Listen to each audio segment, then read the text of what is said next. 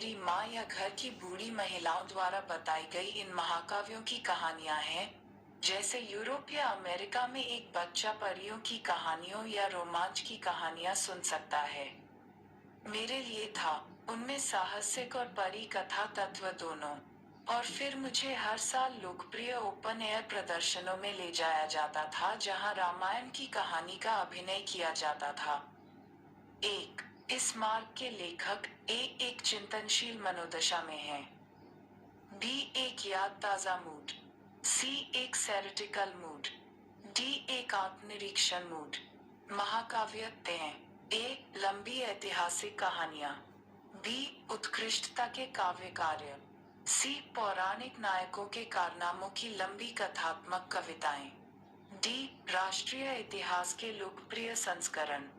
दूसरे वाक्य से पता चलता है कि लेखक एक ने पुरानी कहानियों और खुली हवा में प्रदर्शन को सहन किया। बी, उनके मूल्य के लिए पुरानी कहानियों का विश्लेषण किया। सी, उनका आनंद लिया। डी, उन्हें असत्य और मूर्खतापूर्ण के रूप में खारिज कर दिया। निर्देश 4-6, निम्नलिखित गद्यांश को पढ़ें और उत्तर दें। पैसेज 2। टन, सुनामी एक जापानी शब्द है जिसका अर्थ है हार्बर वेव। यह एक प्राकृतिक घटना है जिसमें बड़ी लहरों की एक श्रृंखला होती है जो तब उत्पन्न होती है जब किसी झील या समुद्र में पानी बड़े पैमाने पर तेजी से विस्थापित होता है। भूकंप, भूस्खलन, ज्वालामुखी विस्फोट सभी में सुनामी उत्पन्न करने की क्षमता होती है। 26 दिसंबर 2004 की सुबह, हिंद महासागर में सुमात्रा के तट पर रिक्टर पैमाने पर 9 के बड़े भूकंप ने घातक सुनामी की एक श्रृंखला शुरू कर दी। उन्होंने इंडोनेशिया, थाईलैंड, श्रीलंका, मलेशिया जैसे हिंद महासागर के देशों के तटों पर प्रहार किया। भारत, बांग्लादेश और मालदीव ने अभूतपूर्व तबाही मचाई। मोटे मोटे देश भी पसंद करते हैं। पूर्वी अफ्रीका में सोमालिया, केन्या और तंजानिया को भी नहीं बख्शा गया। यह दर्ज इतिहास में सबसे घातक सुनामी है और इसे पृथ्वी पर अब तक देखी गई सबसे खराब प्राकृतिक आपदा माना जाता है। सुनामी के प्रकोप ने चारों ओर मौत और विनाश के निशान छोड़े।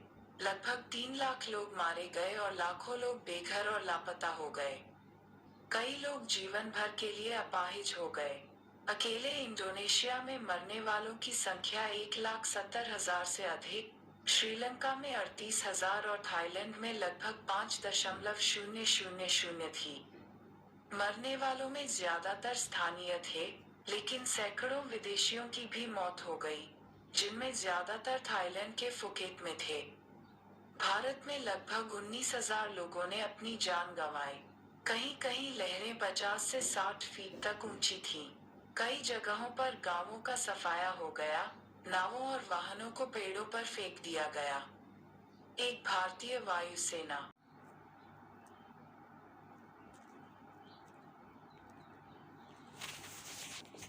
कार निकोबार में बेस पूरी तरह से तबाह हो गया और 100 एयरमैन मारे गए। साउथ कार निकोबार द्वीप के कई हिस्से पूरी तरह पानी में डूब गए। आंध्र प्रदेश और केरल के कई तटीय इलाकों को भी काफी नुकसान हुआ। सुनामी एक वैश्विक सुनामी निगरानी प्रणाली की आवश्यकता को रेखांकित करती है जो वर्तमान में नहीं है। जापान जैसे देशों में तटीय क्षेत्रों के सामने ऊंची सुनामी दीवारें बनाकर तटों में होने वाले नुकसान को कम करने के लिए कुछ उपाय किए गए हैं।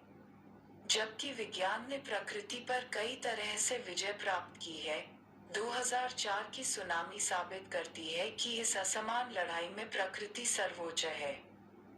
4. 2004 की सुनामी जिन राष्ट्रों में आई उनमें से एक थी Malaysia. B, Nepal. C, Bhutan. D, Myanmar. D, 5,005। Tsunami के बाद मरने वालों की कुल संख्या थी 170,000। बी, 3 लाख। सी, 38,000। 6 के कई हिस्से पानी में डूबे हुए हैं। एक, कार निकोबार का दक्षिणी छोर। बी, अंडमान और निकोबार द्वीप समूह के हिस्से। सी, केरल के तटीय भाग। डी, आंध्र प्रदेश के तटीय भाग।